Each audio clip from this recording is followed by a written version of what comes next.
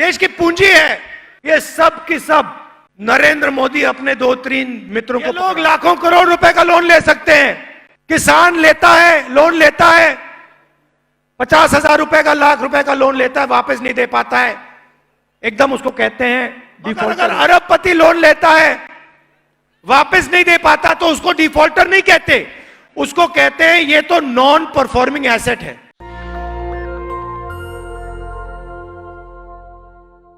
कुछ महीने पहले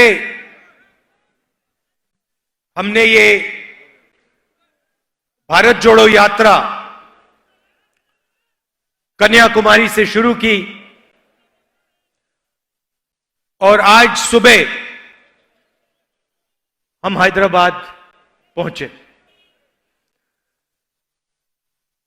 यात्रा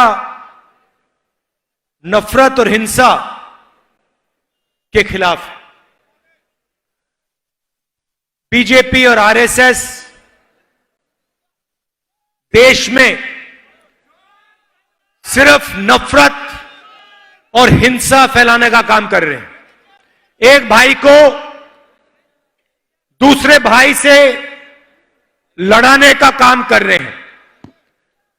और भाइयों और बहनों, इससे देश मजबूत नहीं होता है, इससे देश कमजोर होता है। देश की शक्ति देश को आगे ले जाने के बजाय लड़ाई झगड़े में, नफरत में जाया हो जाती है। हमारी यात्रा कन्याकुमारी से शुरू हुई और कश्मीर तक जाएगी। इसको कोई शक्ति, आंधी तूफान बारिश धूप, कोई शक्ति नहीं रोक सकती है। यह सिर्फ एक यात्रा नहीं है, यह हिंदुस्तान की सच्ची आवाज है। आप देखिए, यात्रा में आपको नफरत नहीं दिखाई देगी, मारपीट झगड़ा नहीं हो रहा है, एक भाई दूसरे को गाली नहीं दे रहा है, किसी की पिटाई नहीं हो रही। प्यार से नदी जैसे लाखों लोग एक साथ चल रहे हैं। सब धर्म के लोग हैं, हर जात के लोग हैं, बुजुर्ग लोग हैं, युवा हैं, माताएं हैं, बहनें हैं, सब एक साथ चल रहे हैं। धक्का लगता है, कोई गिर जाता है, एकदम एक सेकंड में पूरी की पूरी भीड़ मदद करती है। कोई ये नहीं पूछता तुम्हारा धर्म क्या है, जात कौन सी है, कौन सी भाषा में बोलते हो, कहां रहते हो, ये सवाल नहीं पूछे जाते। एकदम एक साथ सब लोग गिरे हुए व्यक्ति को उठा देते हैं। यह हिंदुस्तान का इतिहास है, यह हैदराबाद का इतिहास है। यहां पे सब धर्म के लोग एक साथ भाईचारे के साथ रहते हैं।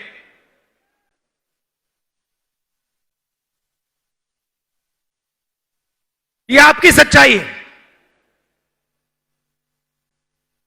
2-3 शिकायतें हैं।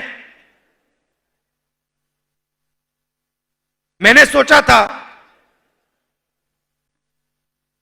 कि देश में सबसे ज्यादा पोल्यूशन दिल्ली में है, पता लगा कि हैदराबाद नंबर एक नंबर पे है।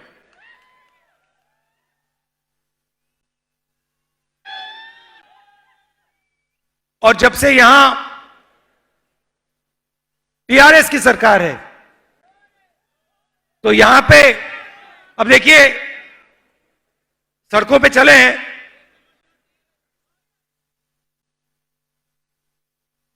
मगर सड़कें कम हैं, गड्ढे ज्यादा हैं।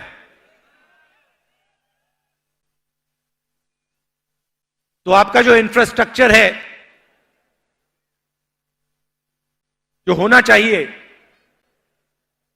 वो नहीं है। खारगे जी ने कहा कि पार्लियामेंट में जब भी बीजेपी कोई बिल लाती है, उन्होंने 3 किसान, काले किसान वाले कानूनों की बात की, मगर जब भी लोकसभा में, राज्यसभा में बिल आता है, टीआरएस बीजेपी का एकदम समर्थन कर देती है। और अगर विपक्ष कोई मुद्दा उठा रहा है,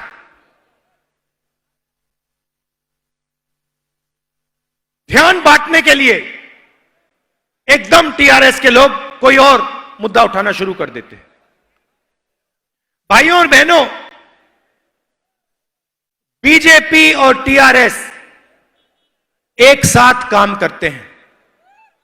गलतफहमी में मत आइए। ये चुनाव से पहले ड्रामा करते हैं आपके चीफ मिनिस्टर, मगर डायरेक्ट लाइन है नरेंद्र मोदी जी के साथ। इधर फोन उठाते हैं, वहां मोदी जी फोन उठाते हैं, 1 सेकंड नहीं लगता। और फिर मोदी जी आपके चीफ मिनिस्टर को ऑर्डर देते हैं, आज ये करना है, कल वो करना है।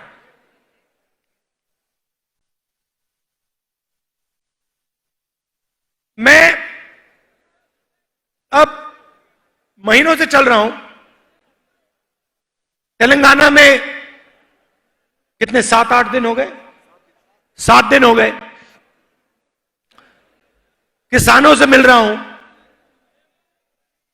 मजदूरों से बात हो रही है, युवाओं से बात हो रही है। 7-8 घंटे चलते हैं। 6 बजे शुरू करते हैं और जैसे अभी आपने देखा 7 बज जाते हैं। पूरा दिन हम तेलंगाना के लोगों की आवाज सुनते हैं। हम कुछ कहते नहीं, भाषण नहीं देते। कांग्रेस के सब नेता एक साथ जनता की आवाज सुनते हैं, दिन भर सुनते हैं। और 6-7 घंटे बाद हम 15-20 मिनट अपनी बात रखते हैं। किसानों से बात करो, सीधा किसान, तेलंगाना का किसान आपको कहता है, हमें कहता है कि किसान कितना भी काम कर ले, खेत में से उसको प्रॉफिट नहीं मिल सकता। यह सच्चाई है। 24 घंटा काम कर ले, उसके खेत से उसको प्रॉफिट नहीं मिल सकता। तेलंगाना की सरकार और बीजेपी की सरकार किसानों की कोई मदद नहीं करती, एमएसपी नहीं दिलवाती, कर्जा माफ नहीं करती, उल्टा 3 काले कानून लाई और जो किसानों का है उसको किसानों से छीनने की कोशिश करी। युवाओं से बात करो, पहला सवाल मैं पूछता हूं, पढ़ाई क्या की? कोई एमबीए करता है, कोई इंजीनियरिंग करता है, कोई एमबीबीएस पढ़ता है। और फिर पूछो, अच्छा रोजगार मिला या रोजगार मिलने जा रहा है सबके सब कहते हैं नहीं, रोजगार नहीं मिल सकता, तेलंगाना में, हिंदुस्तान में रोजगार नहीं मिल सकता। इंजीनियर से बात करो, कहते हैं, उनसे पूछो भैया करते क्या हो, तुमने इंजीनियरिंग डिग्री की, मैकेनिकल इंजीनियरिंग की, सॉफ्टवेयर इंजीनियरिंग की, सिविल इंजीनियरिंग की, करते क्या हो? हम तो डिलीवरी का काम करते हैं, पिज्जा डिलीवरी का काम करते हैं, स्विगी का काम करते हैं, मगर इंजीनियरिंग नहीं कर पाते। जो हमने सपना देखा था वो सपना हमारा पूरा नहीं हो सकता है। प्रधानमंत्री कहते थे कि हर साल मैं 2 करोड़ युवाओं को रोजगार दूंगा, हर भाषण में बोलते थे। आजकल नहीं बोलते, ना आपके चीफ मिनिस्टर, ना हिंदुस्तान के प्रधानमंत्री रोजगार की बात करते हैं। युवाओं को यह नहीं बताते कि हमने रोजगार का जो सिस्टम था उसकी रीढ़ की हड्डी तोड़ दी। भाई और बहनों, देश को रोजगार देता कौन है? देश को रोजगार छोटा व्यापारी, किसान, जो स्मॉल और मीडियम बिजनेस चलाते हैं, वो रोजगार देते हैं। नरेंद्र मोदी जी ने नोटबंदी करके, गलत जीएसटी लागू करके और कोविड के समय जो इनकी मदद नहीं की, इन 3 चीजों के कारण जो स्मॉल और मीडियम बिजनेसेस हैं, छोटे व्यापारी हैं, दुकानदार हैं, इन सब की रीढ़ की हड्डी बिजनेस खत्म हो गया है। ये रोजगार नहीं दे पाते हैं। सरकार चुने हुए लोगों के लिए काम करती है। दिल्ली में नरेंद्र मोदी जी के 2-3 मित्र हैं, नाम आप जानते हो। क्या? ये पूरा हिंदुस्तान जानता है, पूरा हिंदुस्तान जानता है कि इनके जो मित्र हैं, मैं तो हैरान हो गया। आज सुबह मैंने रेवंत जी से पूछा, ये अभी तक हैदराबाद का एयरपोर्ट है, ये उनके हवाले कैसे नहीं हुआ? अब देखना, देख लेना, थोड़ी देर बाद ये उसको उठा के ले जाएंगे। हिंदुस्तान के पोर्ट्स, सड़कें, एयरपोर्ट, टेलीकॉम्स, LIC, ये पूरा का पूरा जो देश की पूंजी है, ये सब की सब नरेंद्र मोदी अपने 2-3 मित्रों को पकड़ा रहे हैं। और इधर इनका एक तरफ धरनी पोर्टल है, रात को देखते हैं भैया कहां किसकी जमीन गई, कितनी जमीन मिली मुझे, कहां कहां से केसीआर जी ने जमीन हड़पी, रात को वो देखते हैं। सुबह उठते हैं और इंफ्रास्ट्रक्चर के जो प्रोजेक्ट्स हैं, सिंचाई के जो प्रोजेक्ट्स हैं, उनमें से पैसा हड़पने का काम करते हैं।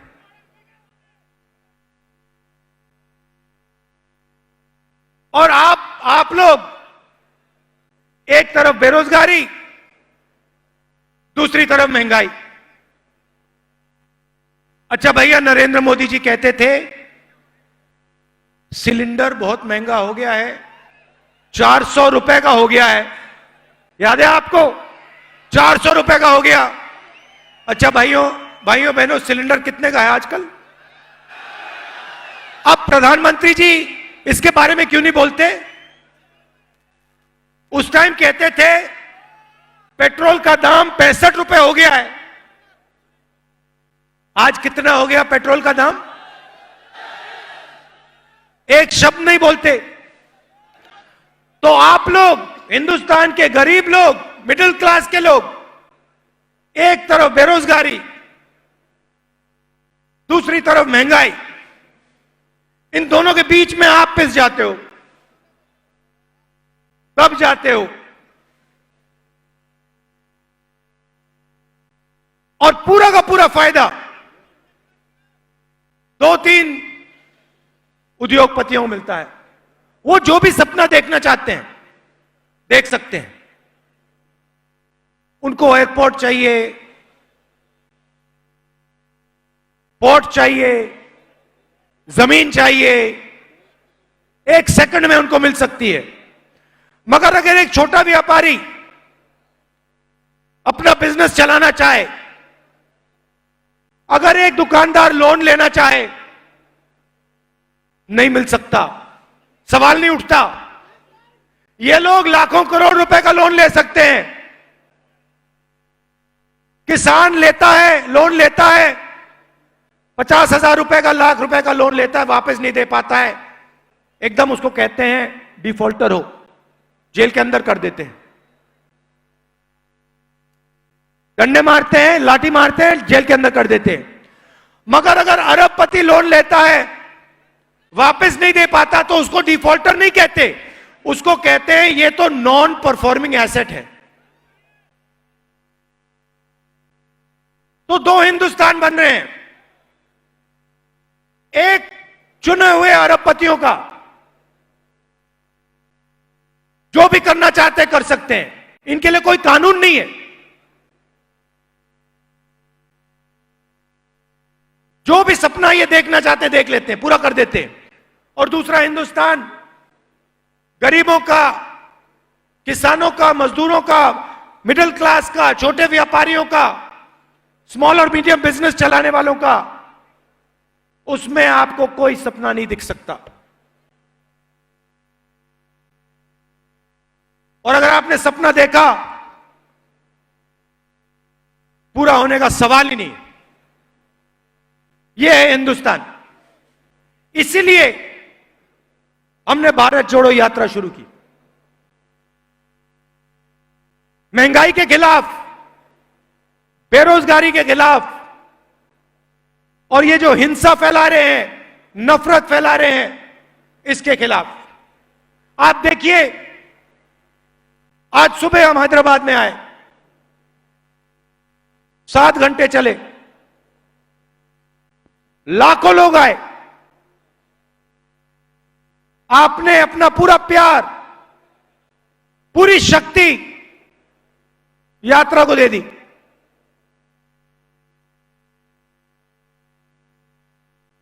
आमतौर से क्या होता है, व्यक्ति सुबह उठता है, थकान नहीं होती, 6-7 घंटे बाद चलने के बाद थकान लगती है। आप किसी भी यात्री से पूछ लीजिए, मुझसे मत पूछिए, आप किसी भी यात्री से पूछ लीजिए और वो आपको बताएगा शाम को जो हम कदम लेते हैं, उसमें सुबह वाले कदम से कम थकान होती है। अजीब सी बात है, किसी भी यात्री को थकान नहीं हो रही है।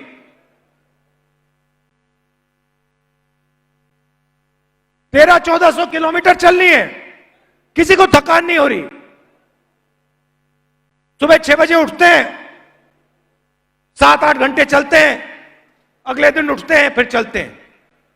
इसका कारण है भाई और बहनों, हम अपनी शक्ति का प्रयोग नहीं कर रहे हैं, हम आपकी शक्ति का प्रयोग कर रहे हैं। आप हमारे को अपनी शक्ति दे रहे हो,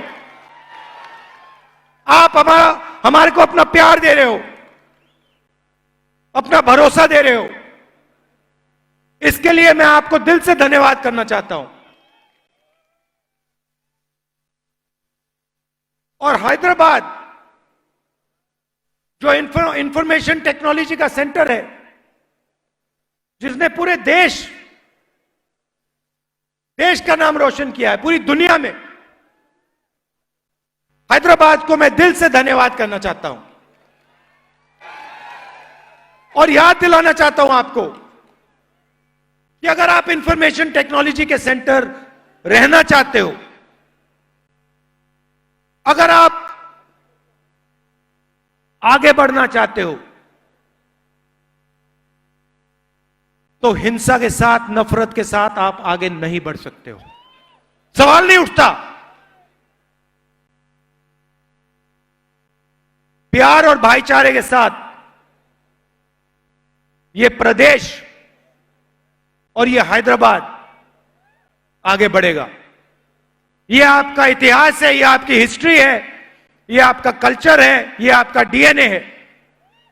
इसके लिए मैं आपको दिल से धन्यवाद करता हूं।